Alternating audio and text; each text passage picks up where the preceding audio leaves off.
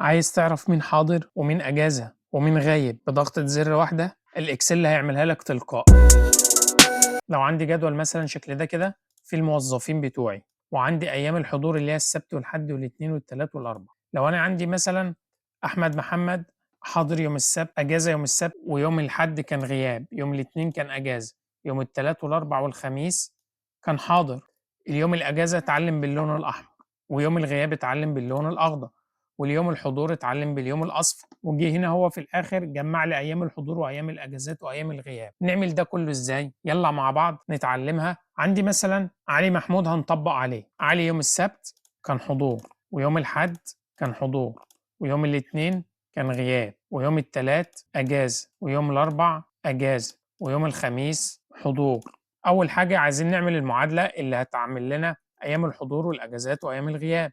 هنقف في أيام الحضور بتساوي كونت اف، نعلم على الرينج بتاعنا كوما ونفتح علامات تنصيص. والاول احنا في ايام الايه الحضور اللي هي الحاء، نكتب حرف الحاء اللي احنا معوضين عنه في الايام بالحضور، ونقفل علامات التنصيص ونقفل القوس وانتر. قال لي ايام حضوره 3، ونسحب المعادله بتاعتنا وهنيجي نعدل بقى فيها. هنا ايام الاجازات ايه معوضين عنها بحرف الجيم، ايام الغياب معوضين عنها بحرف الغين. يبقى كده يبقى علي حضر 3 ايام واجازه يومين وغياب يوم. عايزين نلون الايام، الحضور بالاصفر والغين بالاخضر والجيم بالاحمر. هنعلم على الرينج ده بتاعنا كده ونروح conditional formatting. اول واحده equal to، قلنا حرف الحاء اللي هو الحضور عايزينه باللون الاصفر، هنكتب حرف الحاء في المربع هنا ونيجي هنا نقول له عايزينه اللون الاصفر. اوكي كده علم لي على على الحضور باللون الاصفر. نفس الفكره هنعلم على الرينج بتاعنا conditional formatting equal، عايزين حرف الغين اللي هو الغياب باللون الاخضر. اوكي برضو نفس الفكر عمله لنا باللون الاخضر. نعلم على الرينج بتاعنا تاني ونروح conditional formatting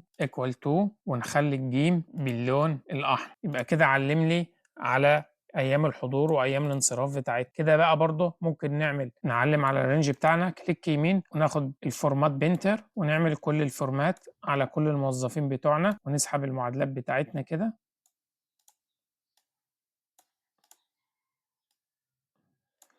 يبقى انا مثلا عبد الله حضور حضور اجازه اجازه غياب غياب، سمعت معايا المعادلات اوتوماتيك وسمع معايا برضه الفورمات وسمعت معايا الفورمات. ممكن نيجي على خالد برضه بنفس الفكره. يبقى كده عملنا الحضور والانصراف والغياب للموظفين بتوعنا بفكره بسيطه خالص وسهله. ودلوقتي كل الحضور والانصراف تحت السيطره بضغطه زر واحد. عايزك تجرب تعملها عندك وتقول لي في التعليقات عرفت تعملها ولا لسه. لو عرفت تعملها اعمل شير علشان غيرك يستفاد منها، ولو عندك اي استفسار سيبه لنا في التعليقات واحنا هنجاوب عليه. ما تنساش تعمل شير ولايك وسبسكرايب علشان يوصلك كل جديد من قناتنا.